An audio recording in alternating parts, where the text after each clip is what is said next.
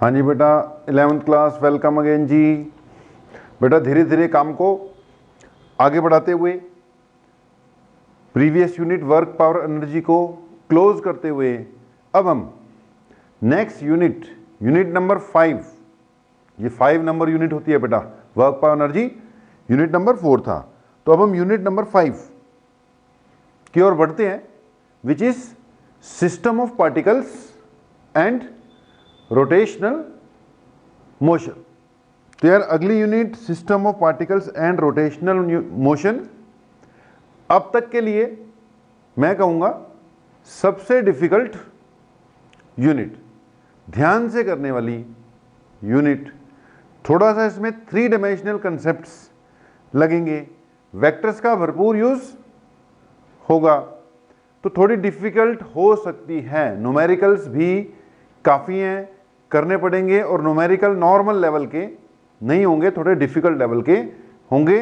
तो बेटा पहले ही हमने अलर्ट जारी कर दिया कि थोड़ी सी डिफिकल्ट, थोड़ी सी नहीं, थोड़ी ज़्यादा डिफिकल्ट हो सकती है।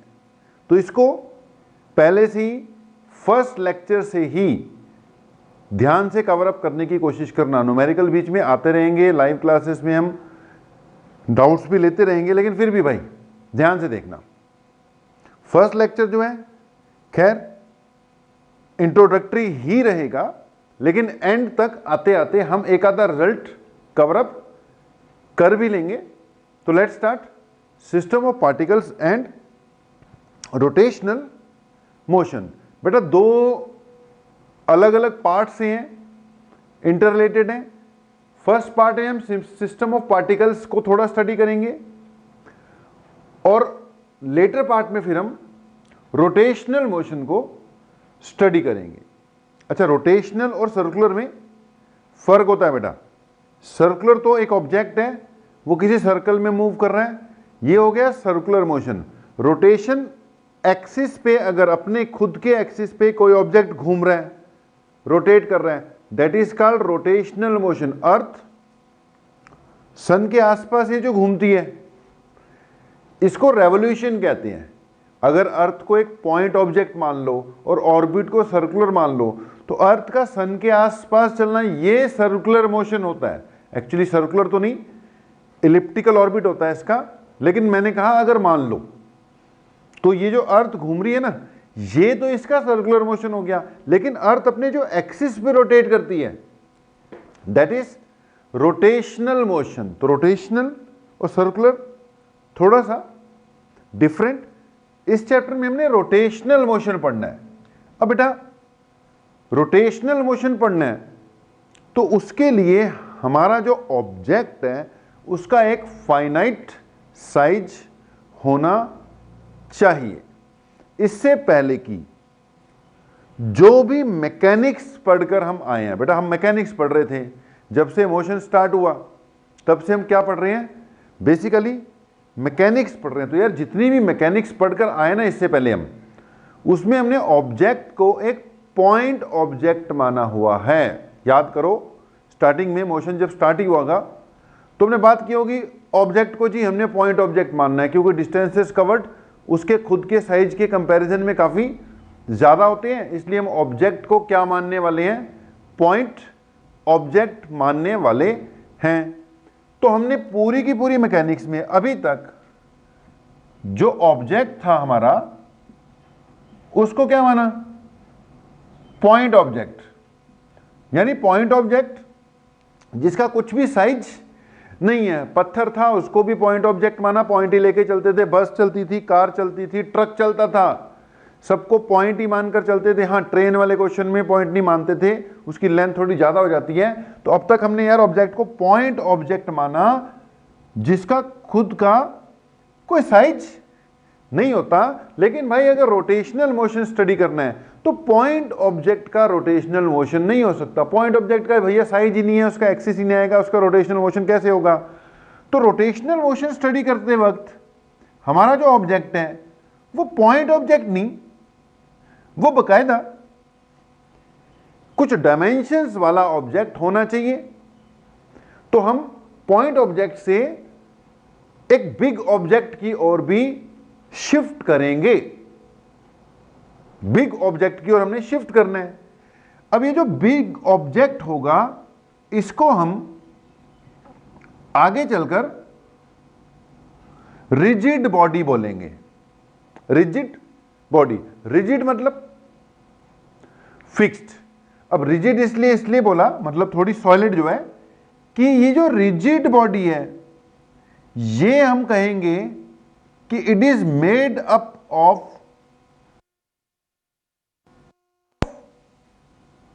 Point objects. देखो, इससे पहले तो हम सारी की सारी बॉडी को ही पॉइंट ऑब्जेक्ट ही मान लेते थे। अब भाई रोटेशन करवानी है तो पॉइंट ऑब्जेक्ट कैसे मानोगे? तो हम कहेंगे नहीं, हमारी बॉडी का साइज है कुछ ना कुछ, ऑब्जेक्ट है फाइनाइट साइज। अब यार फाइनाइट साइज भी होगा तो भी वो छोटे छोटे छोटे छोटे छोटे छोटे छोटे छोटे पार्टिकल्स से मिलकर बना होगा ना, यानी छोटे छोटे छोटे छोटे पॉइंट ऑब्जेक्ट्स से मिलकर बना होगा। तो पहले तो ऑब्जेक्ट पूरे कोई पॉइंट ऑब्जेक्ट मान लेते थे, अब छोटे छोटे छोटे छोटे पॉइंट ऑब्जेक्ट से मिलकर बनी हुई हमारी बॉडी है, फाइनाइट साइज है इसका, कहेंगे हम उसको रिजिड बॉडी। रिजिड इसलिए बोलेंगे भाई कि जब ये पूरा का पूरा ऑब्जेक्ट ही हम मूव करवाएंगे तो मान के चलेंगे ना हम कि जिन पार्टिकल्स से मिलकर या जिन पॉइंट ऑब्जेक्ट्स से मिलकर ये बना हुआ है उनके बीच के डिस्टेंसेस में कोई फर्क नहीं पड़ता। मतलब इसके अंदर के ये जो पार्टिकल्स हैं जिससे मिलकर ये बना हुआ है, या जो पॉइंट ऑब्जेक्ट्स हैं जिनसे मिलकर ये बना हुआ है, उनके बीच में आपस का डिस्टेंस कांस्टेंट रहता है, या कोई फर्क इसको नहीं पड़ता।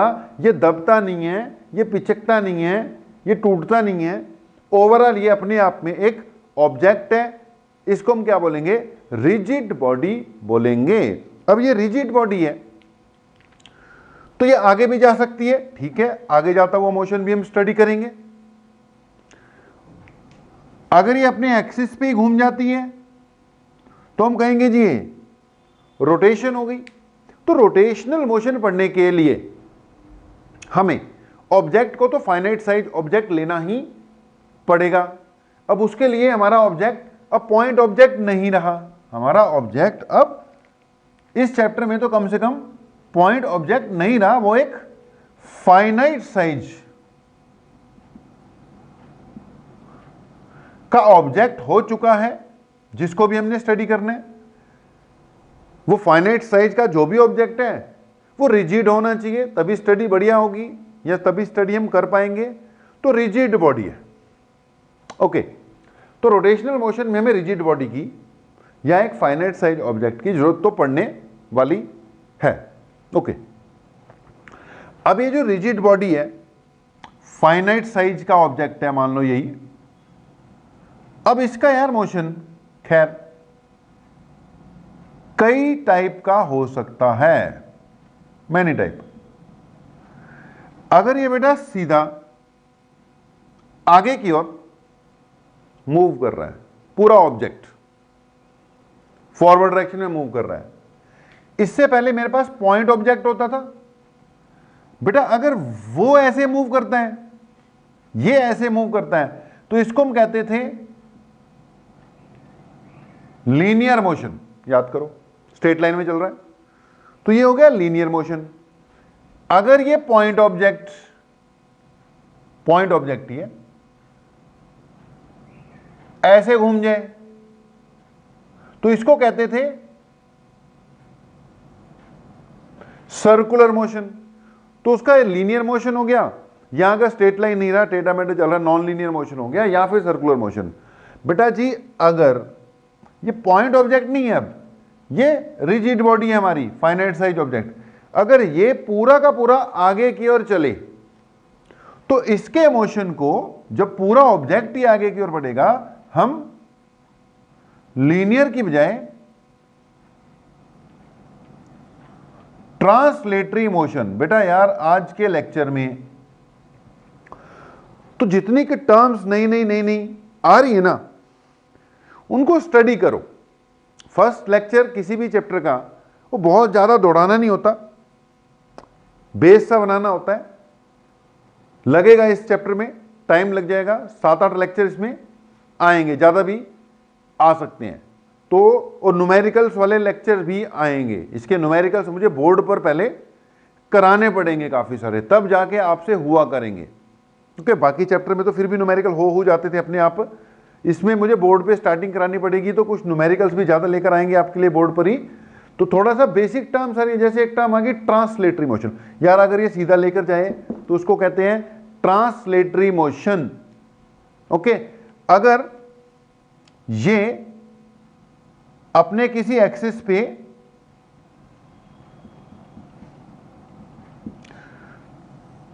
रोटेट कर रहा हो तो इसको कहेंगे हम रोटेटरी मोशन।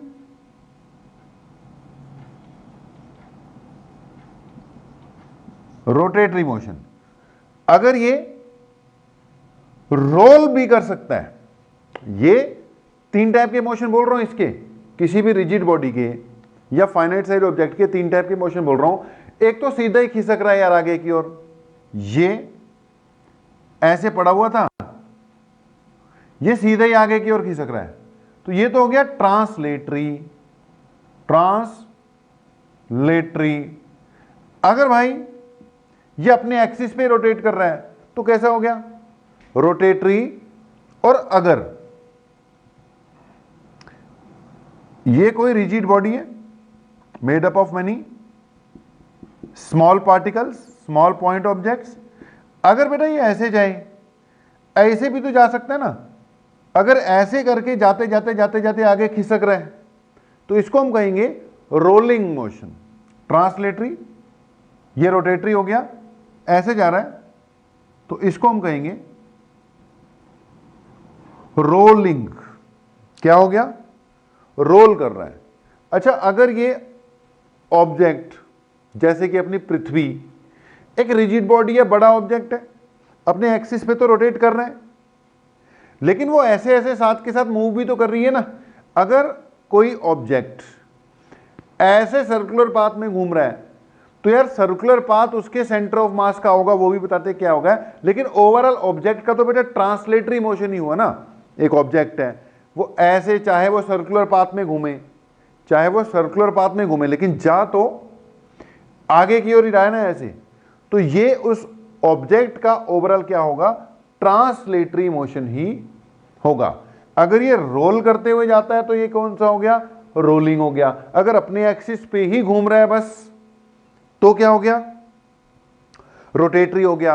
अर्थ का मोशन कैसा है? वो ट्रांसलेटरी प्लस रोटेटरी है, अपने एक्सिस पे रोटेट कर रही है, रोल नहीं कर रही, वो रोलिंग नहीं है उसका। अर्थ की अगर हम बात करें, दोनों है उसमें, अपने ही एक्सिस पे रोटेट कर रही है तो रोटेटरी, रोटेशन के आगे नहीं आगे बढ़ रही, और ओवरऑल आगे बढ़ रही है, ये ट्रांसलेटरी है उसका। ओवरऑल उसका मोशन कैसा है? ट्रांसलेटरी, और अपने एक्सिस पे रोटेट कर रही है तो रोटेटरी।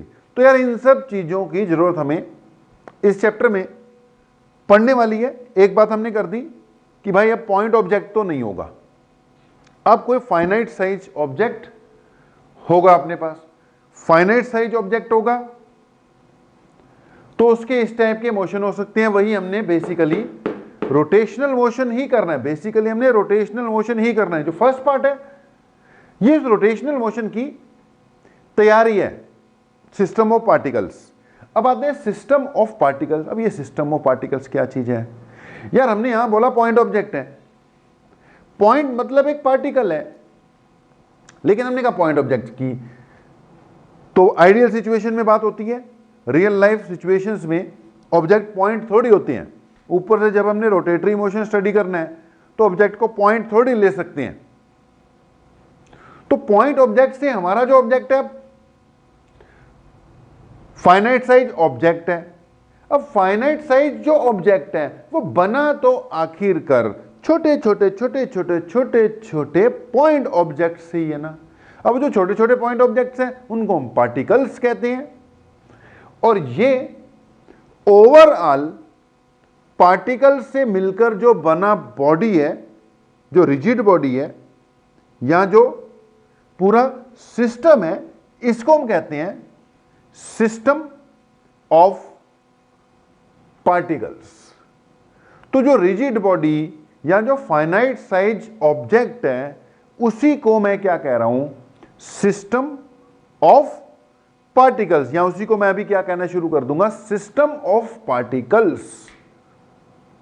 एक बार सिस्टम ऑफ पार्टिकल्स स्टडी कर लेंगे, फिर हम मान ही लेंगे भाई ये सिस्टम ऑफ पार्टिकल्स है, ये फाइनाइट साइज ऑब्जेक्ट है, उसके बाद फिर हम रोटेशनल मोशन पर आ ही जाएंगे। तो पहला पार्ट क्या है, सिस्टम ऑफ पार्टिकल्स, वो स्टडी होगा तभी रोटेशनल मोशन स्टडी होगा। मेन पार्ट अपना क्या है, रोटेशनल मोशन ही स्टडी करना है, इसमें कुछ नई नई चीजें आएंगी। उसके बाद पहली हेडिंग आपकी system of particles, overall heading system of particles and rotational motion थी। अब इसमें अपनी फर्स्ट पार्ट हमने स्टार्ट कर दिया 10-15 मिनट की इंट्रोडक्शन के बाद, सिस्टम ऑफ पार्टिकल्स। बेटा डाल लो heading system of particles. Okay, अब इतनी बात तो बता दी कि इसको हम सिस्टम ऑफ पार्टिकल्स क्यों कह रहे हैं, क्योंकि अब भाई ऑब्जेक्ट हमारा पॉइंट ऑब्जेक्ट तो नहीं है, ठीक है, पॉइंट ऑब्जेक्ट तो नहीं है। तो पहली बात हम किस पे आ गए यार, system of particles he study कर रहे हैं, तो ये रोटेशनल मोशन वाली बात हम खत्म कर देते हैं। न्यूमेरिकल वगैरह लगाकर सिस्टम ऑफ पार्टिकल्स की मुझे लगता है 3 लेक्चर तो कम से कम बनेंगे। सिस्टम ऑफ पार्टिकल्स पे 3 लेक्चर अपने कम से कम बनने वाले हैं। तो सिस्टम ऑफ पार्टिकल्स बेटा स्टार्ट किया हमने, सबसे पहली बात यही देखते हैं कि यार सिस्टम क्या होता है, सिस्टम, ठीक है। उससे पहली बात पार्टिकल्स तो फिर है ही है। अब पार्टिकल तो बेटा कोई ऐसा ऑब्जेक्ट जिसका साइज बहुत छोटा मान सकते हैं हम, बहुत छोटे साइज के ऑब्जेक्ट को हम पार्टिकल कह देते हैं। ओके, एक पर्टिकुलर सिचुएशन में अगर हमें कोई ऑब्जेक्ट काफी ज्यादा छोटा लग रहा है तो उसको हम क्या कह सकते हैं, पार्टिकल कह सकते हैं। इलेक्ट्रॉन, प्रोटॉन, न्यूट्रॉन, इनको नॉर्मली पार्टिकल्स कहते हैं क्योंकि बहुत बहुत बहुत छोटे हैं। इनके कंपैरिजन में एटम जो है वो ऑब्जेक्ट है, ये उसके क्या है, पार्टिकल्स। लेकिन हम ओवरऑल बाहर आ जाए उससे तो एटम्स जो हैं उनको क्या कह देंगे, पार्टिकल्स कह देंगे, ओवरऑल सब्सटेंस। अब जैसे जैसे जैसे हम बाहर आते जाएंगे हमें चीजें छोटी नजर आती जाएंगी, हम उनको पार्टिकल कह सकते हैं। अगर हमारे सिस्टम के हिसाब से जहां पे भी हम हैं किसी भी ऑब्जेक्ट का साइज बहुत कम है, नेग्लिजिबल है, तो उसको हम क्या कह देते हैं, पार्टिकल कह देते हैं। वही पॉइंट ऑब्जेक्ट, वही पार्टिकल, मतलब बहुत छोटी सी चीज, उसको हम जिसका साइज नहीं लेना हमने, जिसका हमने साइज नहीं लेना, इतना छोटा कि जिसका हम साइज इग्नोर ही कर देंगे, उसको बेटा हम क्या कह रहे हैं, पार्टिकल कह रहे हैं। अब अगली बात आती है सिस्टम।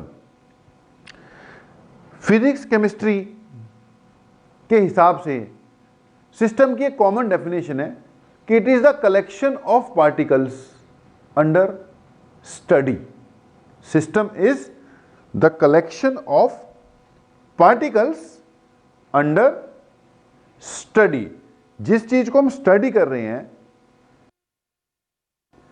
जैसे ये जो रूम है जहां पे मैं रिकॉर्डिंग कर रहा हूं, तो इस रूम के अंदर जितनी भी चीजें हैं वो सब पार्टिकल्स हो गए। और ओवरऑल अगर मैं रूम को स्टडी कर रहा हूं तो ये क्या हो गया, सिस्टम ऑफ पार्टिकल्स। तो ज्यादा नहीं खींचते यार, किताबों में पढ़ लेना। सिस्टम की अगर डेफिनेशन दें तो इसको मैं बस ये बात बोल के खत्म कर दूंगा कि it is the collection of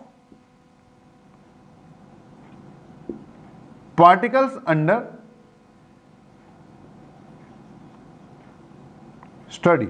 अब यहां पे सिस्टम दूसरे हिसाब से, आगे चलकर हमने थर्मोडायनेमिक्स पढ़नी है, फिर इसमें भी पढ़ाएंगे, केमिस्ट्री में भी पढ़ ली होगी या पढ़ लोगे, पहले केमिस्ट्री में पढ़ लोगे फिर इसमें बाद में आएगी। अब थर्मोडायनेमिक्स में सिस्टम की डेफिनेशन यही रहती है, उसमें थोड़े चेंज के साथ बताते हैं। यहां पे रिजिड बॉडी की बात है, तो रिजिड बॉडी मैंने अभी अभी बताया था, ये भी एक तरह का क्या होगा, सिस्टम ही होगा, क्योंकि स्टडी को में तो हमारे पास वो रिजिड बॉडी है ना। तो फिजिक्स के हिसाब से या केमिस्ट्री के हिसाब से सिस्टम को क्या बोल सकता हूं यार, it is collection of particles under study. जैसे ये कोई भी बॉडी थी तो इसके अंदर कुछ पार्टिकल्स हैं, तो this is collection of particles under study. Okay, system क्या हुआ, collection of particle under study. Particle हो गया, सिस्टम हो गया। अब बेटा यहां पर एक बात हमारी आ सकती है, जहां बोलेंगे इंटरनल फोर्सेस। क्या चीज जी, इंटरनल फोर्सेस। एक आएगी external forces, internal forces, external forces, ये बातें आती रहेंगी। अब इंटरनल फोर्सेस क्या है यार, इंटरनल फोर्सेस वो फोर्सेस हैं जो सिस्टम के पार्टिकल्स आपस में एक दूसरे पे लगाते हैं, लगाते ही होंगे भाई, एक दूसरे पे फोर्सेस जो लगाते हैं ना, those are called internal forces. और जो इस सिस्टम पर बाहर से कोई फोर्स लग रहा है, that is called external force. बेटा बाहर से अगर कोई एक्सटर्नल एजेंट इस पे फोर्स लगाता है तो उसको हम कहेंगे एक्सटर्नल फोर्स। अंदर ही अंदर अगर कुछ लग रहा है, that is called internal force. तो अंदर ही अंदर अगर इस पे फोर्सेस लग रहे हैं उसको इंटरनल फोर्स कहते हैं, पार्टिकल एक दूसरे पे लगाते हैं, बाहर से जो लग रहे हैं उसको एक्सटर्नल फोर्स कहते हैं। इंटरनल फोर्सेस की खास बात कि sum of all the internal forces is taken as equal to 0। ये एक दूसरे पे लगाते हैं ना, एक्शन रिएक्शन, एक्शन रिएक्शन होती रहेगी, पहले ने दूसरे पे लगाया, दूसरे ने पहले पे लगाया। तो अगर इंडिविजुअल पार्टिकल पर देखोगे तो उस पे नेट फोर्स हो सकता है भाई, लेकिन ओवरऑल सिस्टम पे देखोगे या ओवरऑल रिजिड बॉडी जो बनेगी हमारी उस पे देखोगे तो वो 0 होता है। तो यहां पे एक पॉइंट मैंने लिख दिया कि sum of all the internal forces is taken to be equal to 0। ठीक है जी, सारे इंटरनल फोर्सेस का सम किसके इक्वल ले लिया जाता है, 0 के इक्वल ले लिया जाता है। तो sum of all the internal forces is taken to be equal to 0। तो एक सिस्टम हो गया भाई, एक रिजिड बॉडी हो गई, पार्टिकल्स हो गए, तो ये छोटी छोटी छोटी, फिर मैंने बीच में ट्रांसलेटरी मोशन ये सब भी आपको बता ही दिया। पॉइंट ऑब्जेक्ट हो गया, रिजिड बॉडी हो गई। अब ये सब बातें करने के बाद मेन बात पर हम लोग पहुंचने वाले हैं। तो अपना जो मेन पॉइंट है ना अगला बेटा, वो कंसेप्ट जो सबसे मेन आ रहा है अभी तक का, that is the concept of centre of mass. Concept of centre of मास या फिर सेंटर ऑफ ग्रेविटी। दो बातें करनी है बेटा हमने, एक सेंटर ऑफ मास, COM लिखा करूंगा, पूरा लिख लो तुम लोग, सेंटर ऑफ मास, और दूसरा centre of gravity. Centre of mass and centre of gravity, ध्यान से सुनना। हमने बोल तो दिया कि ये एक ऑब्जेक्ट है जिसका साइज फाइनाइट है, पॉइंट ऑब्जेक्ट नहीं रहा, छोटे छोटे पॉइंट ऑब्जेक्ट से मिलके बना हुआ है। बॉल हो गई, अब टेनिस वाली बॉल है, अब पॉइंट ऑब्जेक्ट नहीं है, मुझे दिख रहा है इसका साइज काफी बड़ा, फुटबॉल है, पत्थर है। डे टू डे लाइफ में अगर हम देखें तो ऑब्जेक्ट पॉइंट ऑब्जेक्ट थोड़ी है, उनके साइज हम इग्नोर थोड़ी कर सकते हैं, तो ऑब्जेक्ट है, कोई भी है। ओके, अब मैंने इसको स्टडी किया, मैंने इसको फेंका, मैंने बोला ये ऑब्जेक्ट जा रहा है, किस स्पीड से जा रहा है, 20 मीटर पर सेकेंड से। ओके, 20 मीटर पर सेकेंड से जा रहा है। या मैंने बोला कि इसकी कुछ ना कुछ एक्सेलरेशन है, या मैंने बोला कि मैंने इस पे फोर्स लगाया 100 न्यूटन। तो हमने इस पे कितना फोर्स लगाया, 100 न्यूटन। कितनी स्पीड से जा रहा है, 20 मीटर पर सेकंड से, कुछ एक्सेलरेशन भी हो सकती है, चलो मान लो इसकी। तो यार इससे पहले जो भी हम स्टडी करते थे ना, सारी पॉइंट ऑब्जेक्ट के हिसाब से थी। पूरे न्यूटन्स लॉ ऑफ मोशन कि F इक्वल टू ma होता है जी, वो सारी की सारी स्टडी किस आधार पे थी, पॉइंट ऑब्जेक्ट के आधार पर थी। तो अब मैंने बोला कि 20 मीटर पर सेकंड से जा रहा है,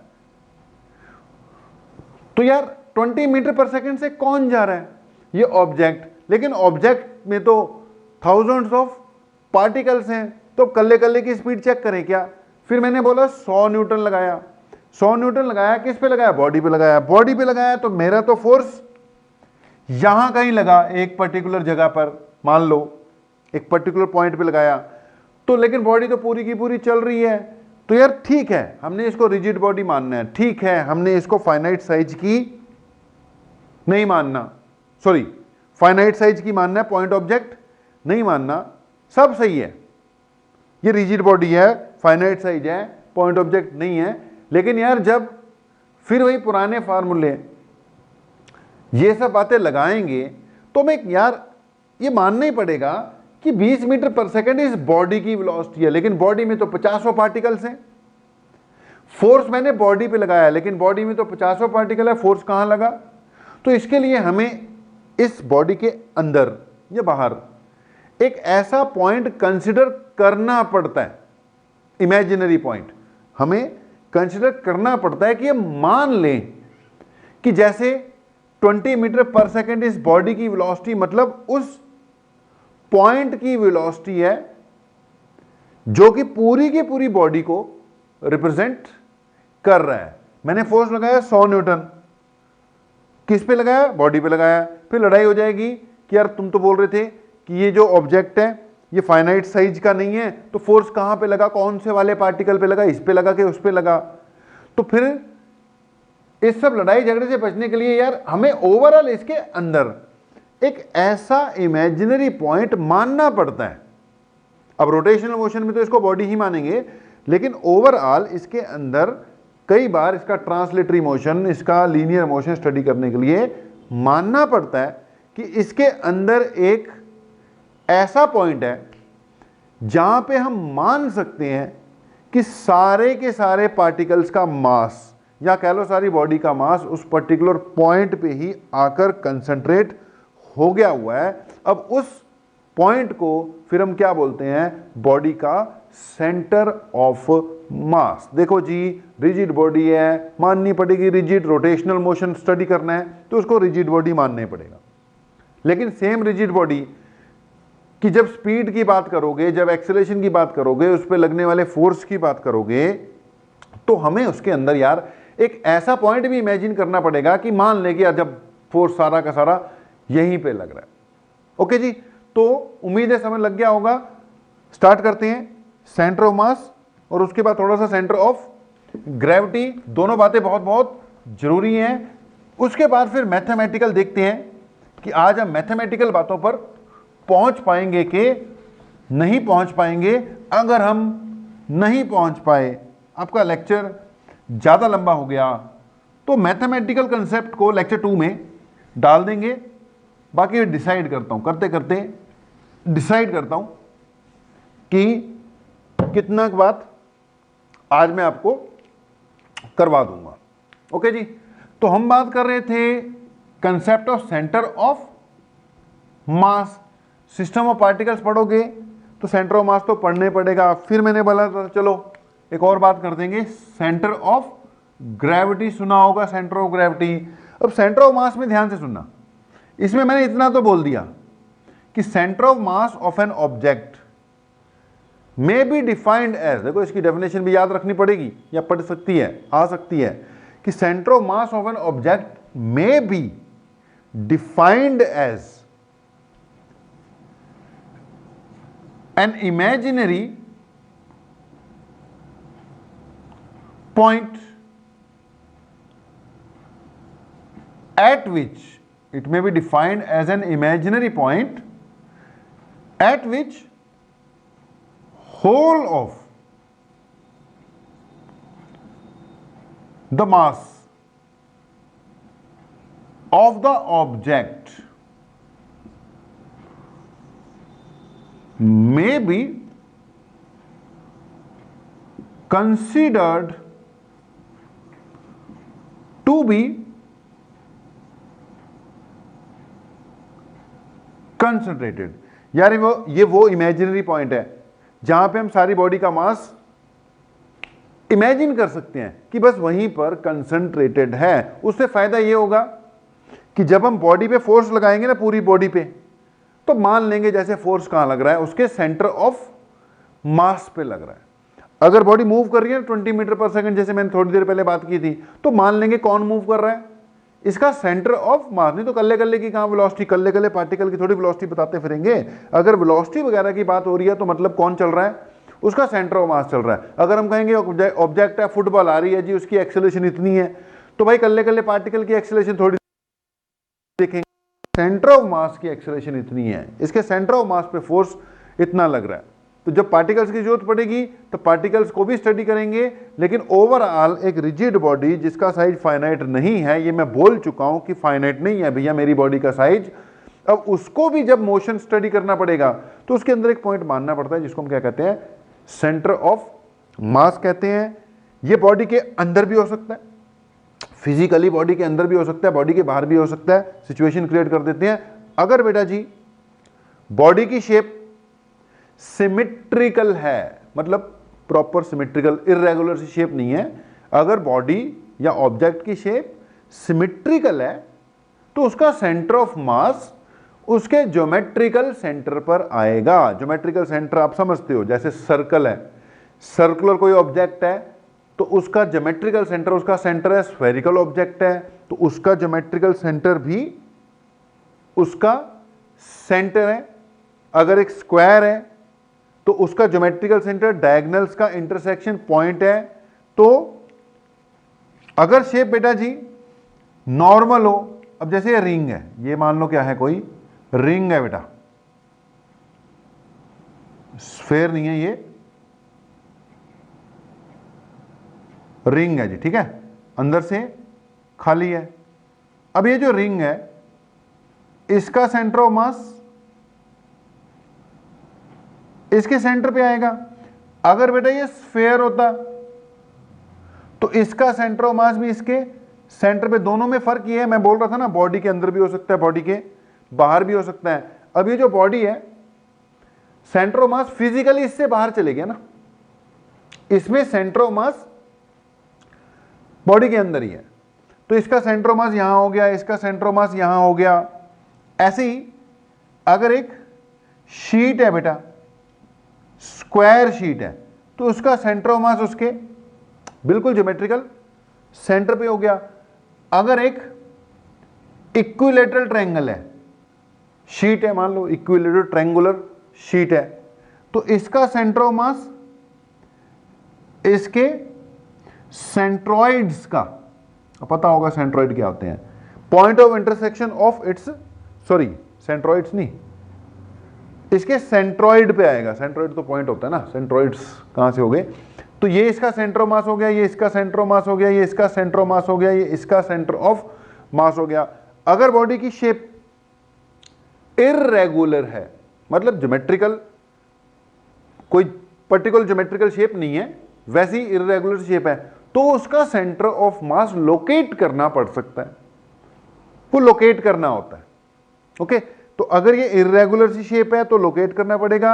ये रेगुलर शेप्स हैं, इनका सेंटर ऑफ मास आपको पता ही है कहां पर है। अब सेंटर ऑफ मास बेटा कहां होगा, वो किस बात पे डिपेंड करता है, सेंटर ऑफ ग्रेविटी को बाद में देखते हैं। सेंटर ऑफ मास किन फैक्टर पे डिपेंड करता है, कि पहली बात तो शेप कैसी है, शेप ऑफ द ऑब्जेक्ट, ठीक है जी। तो centre of mass shape of object पे तो डिपेंड करता ही करता है कि शेप कैसी है, जैसे हमने देखा किसी का कहां किसी का कहां। शेप के अलावा it also depends on mass distribution बेटा, मास डिस्ट्रीब्यूशन पे भी डिपेंड करता है ना। अब हमने बोल तो दिया कि इनका सेंटर ऑफ मास इनके ज्योमेट्रिकल सेंटर पे होगा। शर्त क्या है, शर्त ये है भाई कि मास इक्वली डिस्ट्रीब्यूट होना चाहिए। अगर मास इक्वली डिस्ट्रीब्यूट नहीं है तो सेंटर ऑफ मास उसके ज्योमेट्रिकल सेंटर पर थोड़ी आएगा। अब जैसे मान लो ये स्फेयर ही है, अगर ये स्फेयर हॉलो हो जाए और हॉलो स्फेयर हो, नीचे भरा हुआ हो, ऊपर खाली हो, तो अब सेंटर ऑफ मास सेंटर पे थोड़ी आएगा, ये सेंटर से नीचे की ओर शिफ्ट कर जाएगा। जिधर भाई मास ज्यादा होता है सेंटर ऑफ मास उस तरफ शिफ्ट कर जाएगा ना। तो मास डिस्ट्रीब्यूशन पे भी डिपेंड करता है, जिस तरफ मास ज्यादा है उस तरफ सेंटर ऑफ मास शिफ्ट कर जाता है। इसका सेंटर ऑफ मास यहां नहीं, नीचे कहीं होना चाहिए। अब जैसे मान लो कि ये स्क्वायर शेप है, मान लो, इसको नोट कर लिया होगा यार तुमने। अब ये स्क्वायर शेप शीट है मान लो, अगर तो मास इक्वली डिस्ट्रीब्यूटेड है तो सेंटर ऑफ मास कहां आएगा? बिल्कुल इसके ज्योमेट्रिकल सेंटर यानी point of intersection of diagonals आ जाएगा। तो ये आपकी स्क्वायर शीट है, सुनते जाओ, बातें ही बातें हैं करने के लिए। अब ज्यादा मैथमेटिकल कुछ नहीं आ रहा, बस कंसेप्ट क्लियर करने हैं। पहला लेक्चर में मैथमेटिकल आ ही नहीं पाएगा मुझे लग रहा है। ओके, ये स्क्वायर शीट है भाई। अब इसका इस वक्त तो जो सेंटर ऑफ मास है वो कहां है? इसके बिल्कुल ज्योमेट्रिकल सेंटर पर। अब यार अगर मैं यहां से इतना पीस कट कर देता हूं तो मास डिस्ट्रीब्यूशन ओवरऑल इक्वल नहीं ना रही भाई।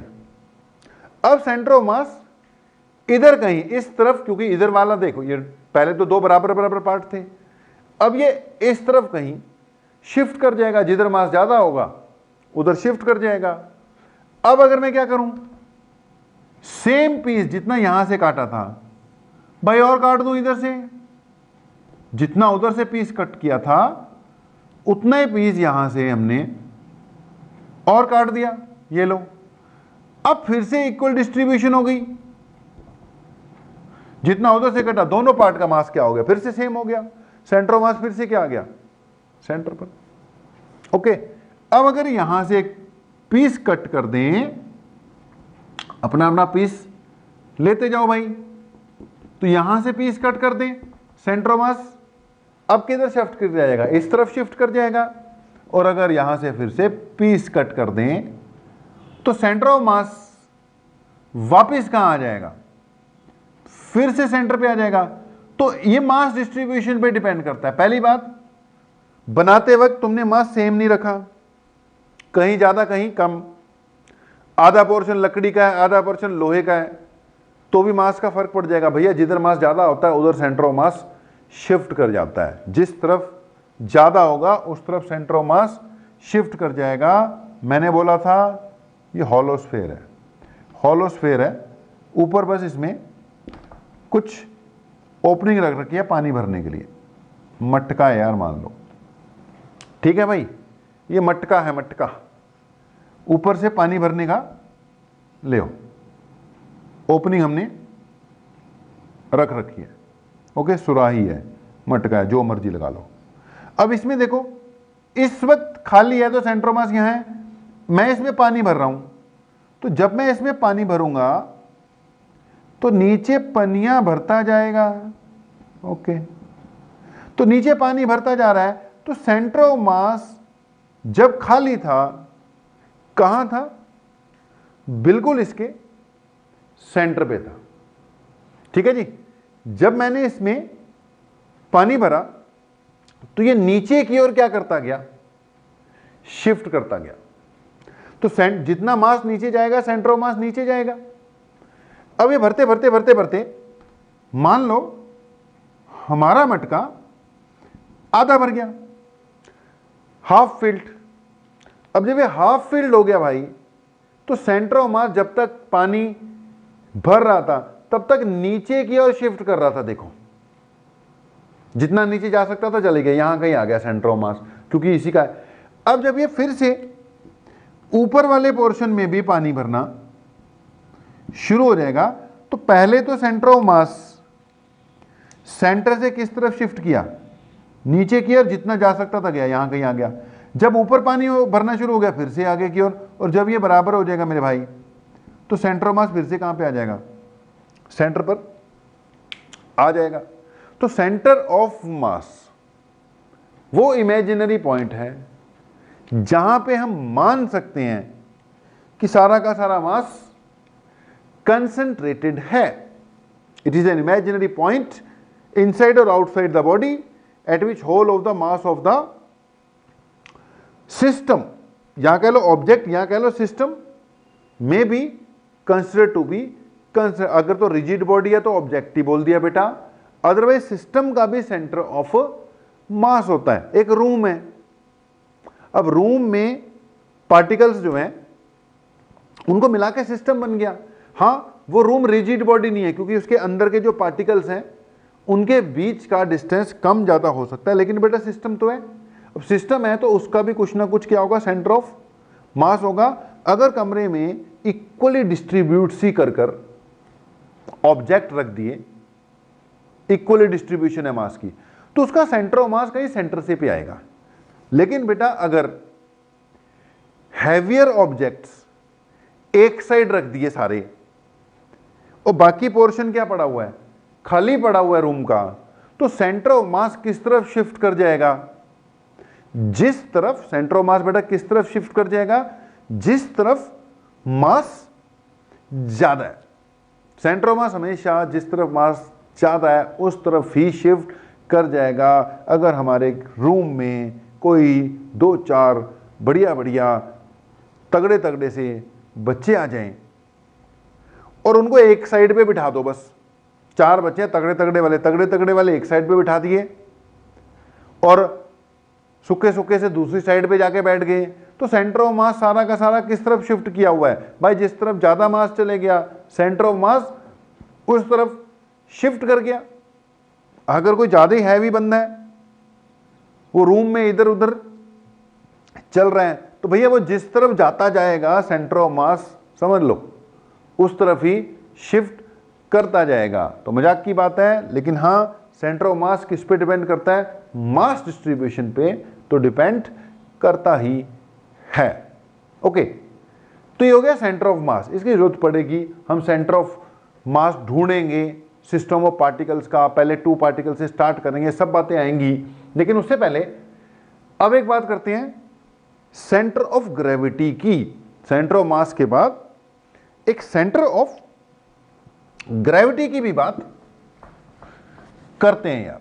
तो अगली बात आ गई किसकी, concept of centre of gravity. अब यार सेंटर ऑफ मास और सेंटर ऑफ ग्रेविटी में अब क्या फर्क है, देखो practically day to day life में सेंटर ऑफ मास वर्ड कम यूज होता है, सेंटर ऑफ ग्रेविटी ज्यादा यूज होता है। अब फर्क क्या है, फर्क थोड़ा सा है। अगर मैं सेंटर ऑफ मास की वो चलो हो गई डेफिनेशन, सेंटर ऑफ लिख लेना भाई, ग्रेविटी की डेफिनेशन बोलूं तो फिर वही बात, ये कोई ऑब्जेक्ट है या रिजिड बॉडी है, इसमें मास डिस्ट्रीब्यूटेड है इक्वली या अनइक्वली जैसे मर्जी,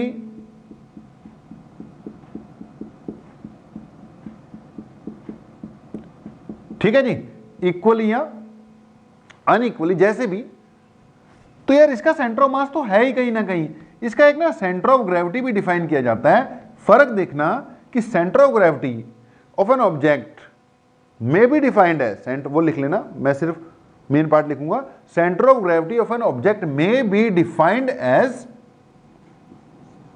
N imaginary point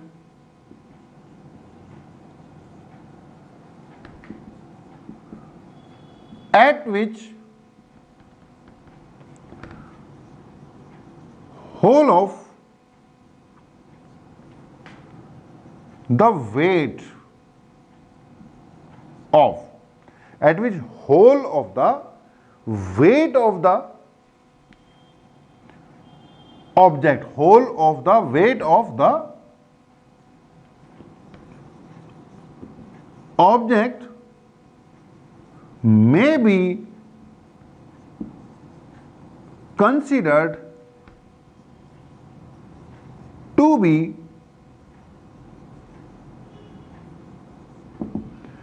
concentrated at which whole of the weight of the object may be considered to be concentrated। वो पॉइंट जहां पर पूरी बॉडी का वेट, देखो फर्क किसका पड़ गया, मास की बजाय वेट का कंसेप्ट आ गया, ठीक है। वहां पे मास बोलते थे, यहां पर क्या बोलते हैं, वेट बोलते हैं। अब ध्यान से सुनना मेरी बात, फर्क क्या दोनों में। अगर तो ऑब्जेक्ट नॉर्मल साइज का है, बहुत ज्यादा बड़ा नहीं है, तो सेंटर ऑफ ग्रेविटी और सेंटर ऑफ मास में कोई ज्यादा फर्क नहीं है। जहां पर सेंटर ऑफ मास आएगा लगभग वहीं पर सेंटर ऑफ ग्रेविटी भी आएगा। क्या बोला, if the object is of normal size, normal मतलब day to day life size होनी चाहिए। अगर उसकी हाइट है कुछ मीटर्स या कुछ 100 मीटर तक चल जाएगी, किलोमीटर नहीं होनी चाहिए, 100 मीटर चल जाएगी, 100-200 मीटर बड़ा ऑब्जेक्ट है, 100 मीटर भी कम नहीं होता, 100-200 मीटर बड़ा ऑब्जेक्ट है, 100-200 मीटर चौड़ा ऑब्जेक्ट है, तो उस केस में चल जाएगा। उसमें centre of mass centre of gravity एक ही बात है। तो मैंने बोला नॉर्मल साइज ऑब्जेक्ट्स के लिए जहां सेंटर ऑफ मास होता है वहीं सेंटर ऑफ ग्रेविटी होता है normal size of day to day life में। तो जितने हमारे पास ऑब्जेक्ट है उनमें कोई ज्यादा फर्क नहीं है, जहां सेंटर ऑफ मास है वहीं सेंटर ऑफ ग्रेविटी है, एक ही बात है। लेकिन बेटा अगर ऑब्जेक्ट का साइज बहुत बड़ा हो, बहुत बड़ा, कोई पहाड़ जैसी चीज है, पहाड़ भी कोई छोटा मोटा नहीं, बहुत बड़ा, एन एवरेस्ट की चोटी तक मान लो कोई जमीन से लेके बहुत ज्यादा बड़ा ऑब्जेक्ट है, तो बहुत ज्यादा बड़े ऑब्जेक्ट में दिक्कत क्या है भाई कि मान लो ये बहुत बड़ा ऑब्जेक्ट है। अब बहुत बड़ा ऑब्जेक्ट है तो ये पार्टिकल से मिलके बना होगा। अब इसमें ये बहुत बहुत बहुत बहुत बहुत सारे क्या हैं, पार्टिकल्स हैं जिनसे ये मिलके बना हुआ है। ओके, हर एक पार्टिकल का अपना अपना क्या है, मास है। हर एक पार्टिकल का अपना अपना मास है तो हर एक पार्टिकल का अपना अपना वेट भी होगा। तो हर एक पार्टिकल का बेटा अपना अपना मास है और हर एक पार्टिकल का अपना अपना वेट भी है। ओके, अब वेट इक्वल टू क्या होता है, mg। अब ये बहुत सारे पार्टिकल है, बहुत सारे पार्टिकल, मान लो चलो कोई m1 m2 m3, हमने एक फाइनाइट साइज सबका m मान लिया। पार्टिकल छोटे हैं, m1 इक्वल टू m2, सारे जितने हैं सबका मास चल मान लो सेम है, जितने भी पार्टिकल्स हैं। अब मास सबका क्या है, सेम है। जब सेंटर ऑफ मास निकालते हैं, मास की एवरेज है वो मास के हिसाब से निकालना है। लेकिन बेटा जो वेट है ना, वेट में g है। अब g का पंगा ये है कि जैसे जैसे हम धरती से ऊपर की ओर बढ़ते हैं, g यानी एक्सेलरेशन ड्यू टू ग्रेविटी की वैल्यू कम होती जाती है। यानी जब हम ऊपर जाएंगे हाइट्स पर तो g की वैल्यू में कमी आएगी, यानी ऑब्जेक्ट के वेट में कमी आएगी। अगर हम बिल्कुल जमीन पर हैं, धरती पर हैं, तो g की वैल्यू 9.8 चल जाएगी, 9.8 मीटर पर सेकंड स्क्वायर। लेकिन अगर हम हाइट्स पे जाते हैं तो g की वैल्यू कम होनी शुरू हो जाती है। भैया छोटी मोटी हाइट पे जाओ, 2-4 मीटर, 10-20 मीटर, 100-200 मीटर, तो क्या बोला मैंने, 2-4 10-20 या 100-200 मीटर तक तो हम परवाह नहीं मारते। वो कहते हैं कोई चक्कर नहीं है, 9.8 ही ले लेते हैं, चल जाता है। लेकिन भाई 100-200 नहीं, अगर हम ऊपर हजारों मीटर चले जाएं, यानी किलोमीटर ऊपर जाना शुरू कर दें, तो फिर नहीं चलेगा, जी की वैल्यू में ज्यादा फर्क पड़ जाएगा। यानी ज्यादा ऊपर चले गए तो ऊपर वाले पोर्शन में यहां पर जी कम है, यहां जी ज्यादा है, यहां पे कम है, यहां बिल्कुल कम है, यहां जी और कम हो जाएगी। तो ऐसी स्थिति में क्या होता है कि जो तो नीचे वाले पार्टिकल्स है ना, पार्टिकल मान लो मैंने बराबर बराबर ले लिए, यहां पे भी 100 पार्टिकल 100 पार्टिकल 100 पार्टिकल, लेकिन जो नीचे वाले पार्टिकल्स हैं उनका वेट क्या आ जाएगा, ज्यादा आ जाएगा, वेट मोर। क्यों? क्योंकि नीचे जी ज्यादा है। जैसे जैसे ऊपर चलते जाओगे, मास मान लो मैंने इसको 4 हिस्सों में बांटा, मान लो मैंने इसको 4 हिस्सों में बांटा, इसका मास ओवरऑल m है, इसका मास भी ओवरऑल m है, इसका मास भी ओवरऑल m है, और इसका मास भी मान ले चलो ओवरऑल m ही है। 4 पार्ट में बांट दिया इसको, तो मास तो चारों पार्टिकल पार्ट्स का इसके सेम है, लेकिन नीचे वाले पार्ट का वेट ज्यादा है। इसका वेट इससे कम है लेकिन इससे ज्यादा है। तो कहने का मतलब नीचे वाले पोर्शंस में अगर बहुत ज्यादा बड़ा साइज है ऑब्जेक्ट का, छोटे मोटे से मैंने बोला 100-200 मीटर तक तो आप परवाह ही नहीं मारते, जी की वैल्यू सेम ले लो, 100-200 मीटर भी कम नहीं होता, काफी ऊंचा हो जाएगा ऑब्जेक्ट। लेकिन यार बहुत ही ज्यादा बड़ा हो जाए तो हमें परवाह मारनी पड़ती है भाई, जी की वैल्यू सेम नहीं रहती, नीचे वाले पोर्शन का वेट ज्यादा हो जाएगा, ऊपर वाले पोर्शन का वेट कम हो जाएगा। इसलिए मासेस सेम है हर पार्ट के, तो उसके हिसाब से सेंटर ऑफ मास जहां पे भी आना आ गया। लेकिन सेंटर ऑफ ग्रेविटी अब वहां नहीं आएगा, क्योंकि मास डिस्ट्रीब्यूशन के हिसाब से देखोगे तो इक्वल है, लेकिन वेट डिस्ट्रीब्यूशन के हिसाब से देखोगे तो अनइक्वल है। उम्मीदें समझ लग गया होगा। अगर नॉर्मल साइज ऑब्जेक्ट होगा तो उसमें centre of mass centre of gravity का कोई फर्क नहीं है, एक ही जगह पर माना जा सकता है। अगर बहुत बिग साइज ऑब्जेक्ट है तो centre of mass centre of gravity same जगह पर नहीं ले सकते, सेंटर ऑफ ग्रेविटी नीचे की ओर शिफ्ट कर जाएगा। तो ये था कंसेप्ट सेंटर ऑफ ग्रेविटी का। निकालेंगे तो खैर हम सेंटर ऑफ मास ही, बाकी बेटा डे टू डे लाइफ में ये सेंटर ऑफ ग्रेविटी का बड़ा रोल है, बड़ी जगह पर यूज होती है। बहुत एग्जांपल है। अगर हम एरो की बात करें ना, एरो, तो जो एरो होता है ना, एरो वो आगे से हैवी किया होता है। एरो आगे से हमेशा क्या किया होता है, थोड़ा सा हैवी किया होता है। अब आगे से हैवी क्यों किया होता है? अगला पोर्शन उसका क्या है, हैवी है, ताकि सेंटर ऑफ ग्रेविटी, जिस तरफ भाई मास ज्यादा डाल दोगे उस तरफ वेट भी ज्यादा हो जाएगा और उस तरफ सेंटर ऑफ ग्रेविटी भी शिफ्ट कर जाएगा। तो जो एरो है ना भाई, तीर, उड़ता तीर, तो ये उड़ता तीर है। ओके जी, ये जो तीर है इसका इस जगह पे वेट ज्यादा डाला हुआ है ताकि सेंटर ऑफ ग्रेविटी यहीं कहीं रहे। तो इससे क्या होता है, जब इसको फेंकते तो ऊपर की ओर है, स्पीड से ये चले तो जाता है ऊपर की ओर, लेकिन जब ये नीचे आ रहा होगा या कहीं पे भी जा रहा होगा तो इसका सेंटर ऑफ ग्रेविटी यहां है ना, ये इसको नीचे की ओर क्या कर देगा, शिफ्ट कर देगा। सेंटर ऑफ ग्रेविटी नीचे की ओर शिफ्ट करेगा और ऐसे आकर ये लगेगा। तो सेंटर ऑफ ग्रेविटी इसका कहां किया हुआ है, बिल्कुल आगे किया हुआ है। शटलकॉक जो होती है, बैडमिंटन खेलते हो, उसमें भी भाई वो आसपास तो पंख हैं उसके, वो जो पीछे जहां पे हिट करते हैं ना, उस जगह पर मास जो है वो ज्यादा कंसंट्रेट किया हुआ है। अब मास क्योंकि उस जगह पर कंसंट्रेटेड है तो तभी वो जब भी आके गिरती है ना, उसका शेप कुछ ऐसे आके होती है कि जिस जगह पर वो गिरेगी, मतलब जिस जगह पे मास ज्यादा है, बस वो पोर्शन ही नीचे आ रहा होता। नहीं तो तुम मारोगे वो उल्टी आके गिर रही है, पंख फंस जाएंगे रैकेट में।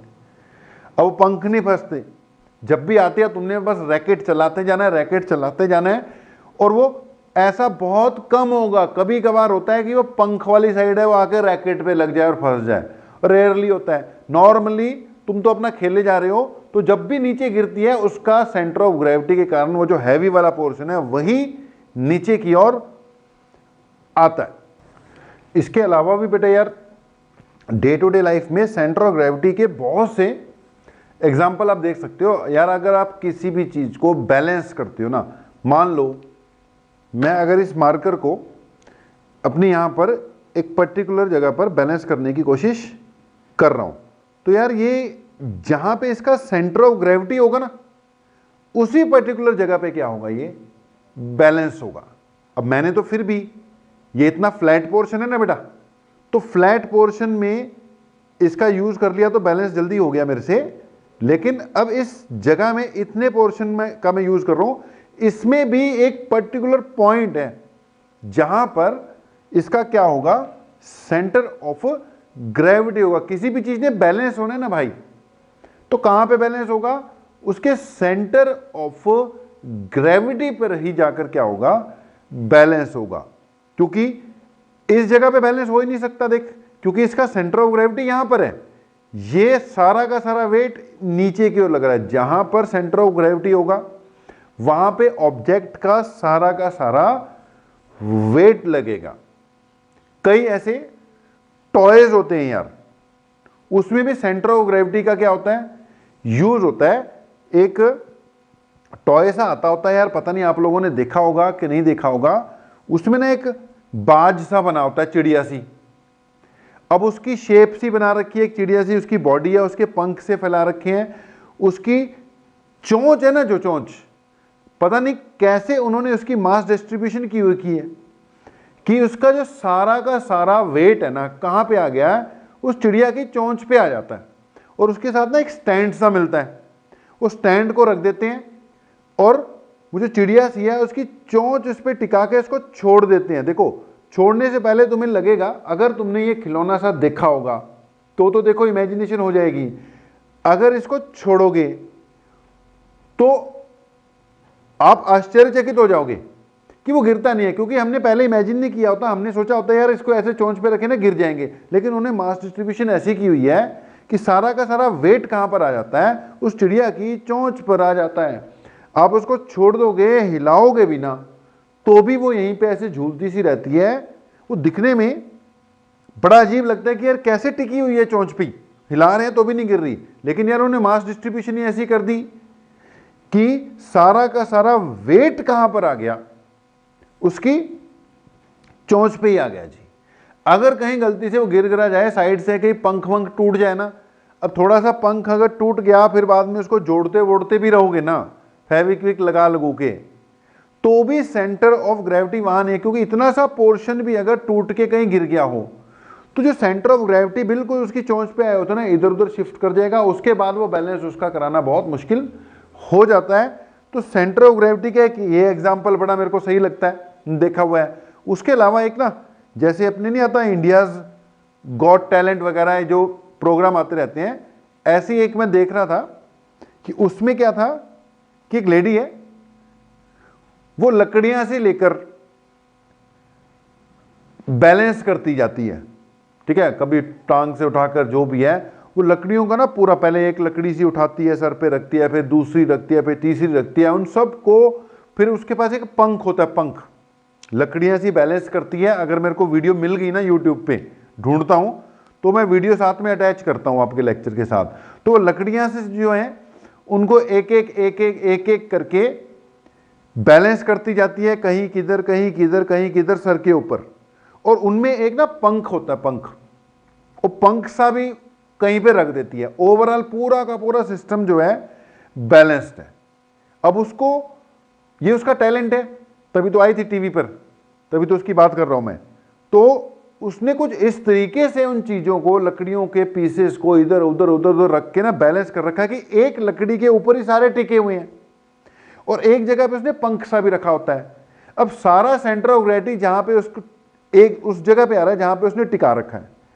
अब वो ओवरऑल क्या करती है, बाद में एक छोटा सा जो पंख है उसको जैसे ही उठाती है, सारा का सारा जो स्ट्रक्चर उसने बनाया ना वो गिर जाता है। अब यहां से ये पॉइंट होता है कि यार थोड़े से मास में चेंज होने के कारण आपका सेंटर ऑफ ग्रेविटी शिफ्ट कर सकता है। चीजें अगर गिर जाती हैं तो उसका रीजन ये है कि वो सेंटर ऑफ ग्रेविटी शिफ्ट कर गया। तो यार खिंच रही है बातें, लेकिन अब फर्स्ट लेक्चर में कोई दिक्कत नहीं है, खींचती हैं तो खींचने दो। आप इन कंसेप्ट्स को, नोट्स आपको मिल जाएंगे या मिल गए होंगे अब तक, ठीक है। नोट्स आपको चेक करना, अगर तो उसी चैप्टर में लगे हुए हैं जो आपको वर्क पावर एनर्जी वाला दिया था, ठीक है, नहीं तो आपको नोट्स मिल जाएंगे। ओके, मुझे अब याद नहीं है, देख लेना। तो नोट्स में से ये चैप्टर को थोड़ा बहुत बेटा स्टडी करो। हम बैक टू बैक 2 लेक्चर डालेंगे। आज का लेक्चर इंट्रोडक्टरी था, वही लंबा खिंच गया, लेकिन कोई बात नहीं, करना पड़ता है भाई। डाउट्स कुछ होंगे नहीं कवर अप करने के लिए, इसलिए कल भी फिर बैक टू बैक आपका क्या आ जाएगा, लेक्चर ही आ जाएगा। कल फिर मैथमेटिकल आ रहा है बेटा सारा का सारा। एक आर्टिकल हम करने जा रहे हैं, बड़ा सा आर्टिकल, क्या है वो कल ही बताएंगे। सेंटर ऑफ मास से रिलेटेड अब पूरी कहानी शुरू होगी मैथमेटिकल वाली, उसके बाद न्यूमेरिकल्स वाली, तो वो हम नेक्स्ट क्लास में ही करेंगे। बैक टू बैक 2 लेक्चर आपको मिल रहे हैं। अभी तक के लिए इतना ही है, लेकिन हाँ चैप्टर इज समवट डिफिकल्ट, तो थोड़ा सा ध्यान से क्लास मिस किसी ने नहीं करनी है, लाइव क्लास भी मिस किसी ने नहीं करनी है। न्यूमेरिकल्स करते रहोगे तो चैप्टर आपके होल्ड में रहेगा, नहीं करोगे तो चैप्टर आपके होल्ड में नहीं आ पाएगा। तो जाके स्टडी करो, देखो, जितना करा दिया उसको पढ़ो, rest we will do in next class. आज के लिए इतना ही। आप लोगों का बहुत बहुत धन्यवाद। Thank you very much.